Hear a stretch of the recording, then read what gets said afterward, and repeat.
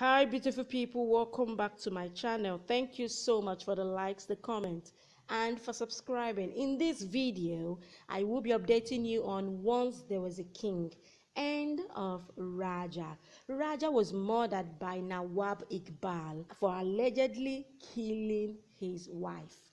Now, is it Raja that really committed the atrocity? Is it Raja that committed the crime?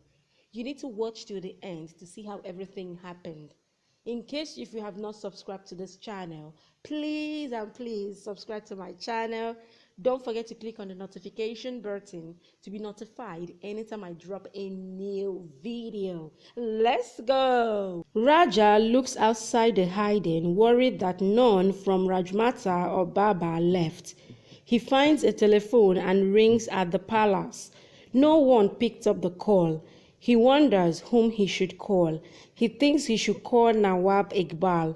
Igbaal was shocked to hear from Raja and asks where he is as he is worried for them. Raja says they are hiding in the forest. They need medicines for Rani's treatment. A man had just begun to blow the trumpet behind. Igbaal couldn't hear him well. Rajmata stood beside Raja and dropped something in his hand.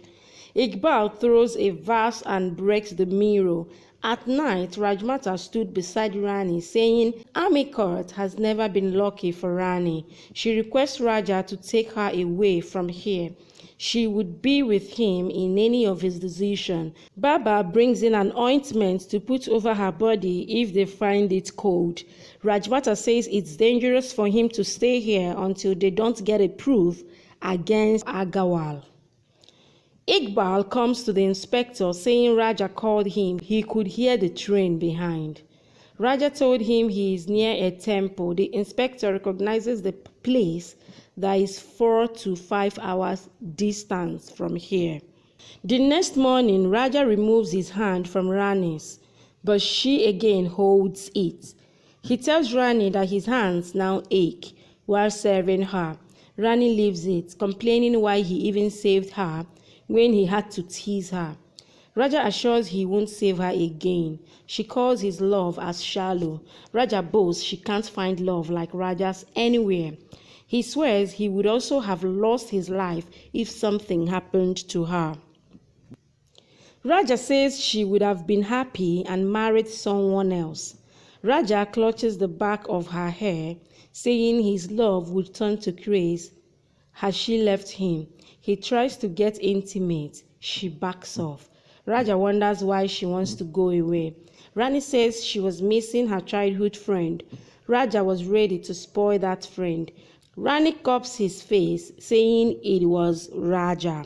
Raja was about to kiss Rani when the inspector comes in with pistols raised at him. He was warned to be killed if he tries to run again. Rani tries to speak to Inspector that Raja is being trapped. The inspector says even Rani would face a case to help a criminal.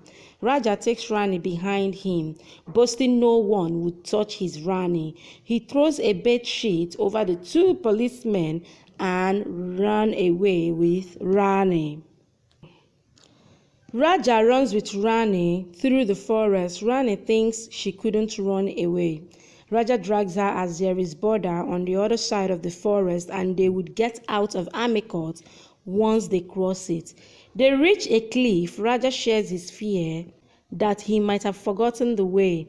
Rani tries to convince Raja that if they surrender, they won't be punished. Raja was worried that they would pat them away. It's about their life. Raja says he is afraid to get away from her.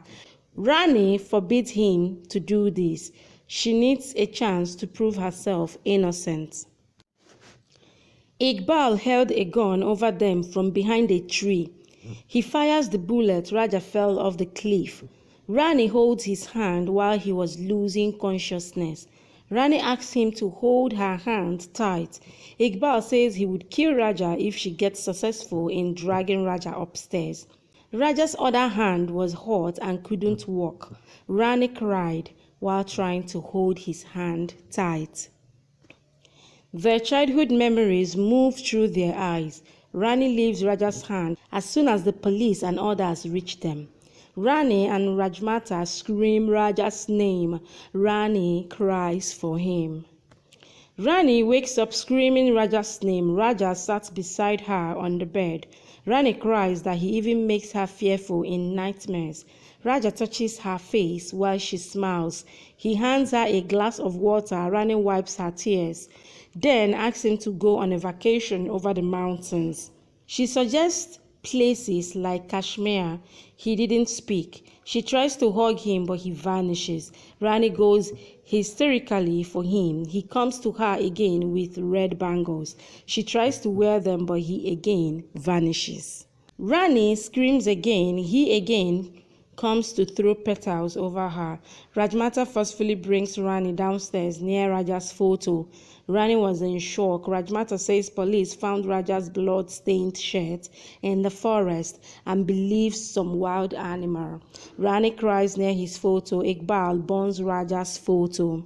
He laughs hysterically, blackening Raja's face, and shouts, "Zaira!" He speaks to Zaira's photos that he has revenged her death. Rani stood on the door, wondering if Nawab Iqbaal Khan ever cries. Rani tells Igbaal she came to learn from him how to live when she has lost her love.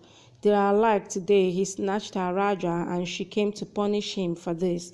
She points a gun at his forehead. He must pay for what he did. Igbaal shouts at her to fire. Rani insists her Raja was innocent just like Zaira.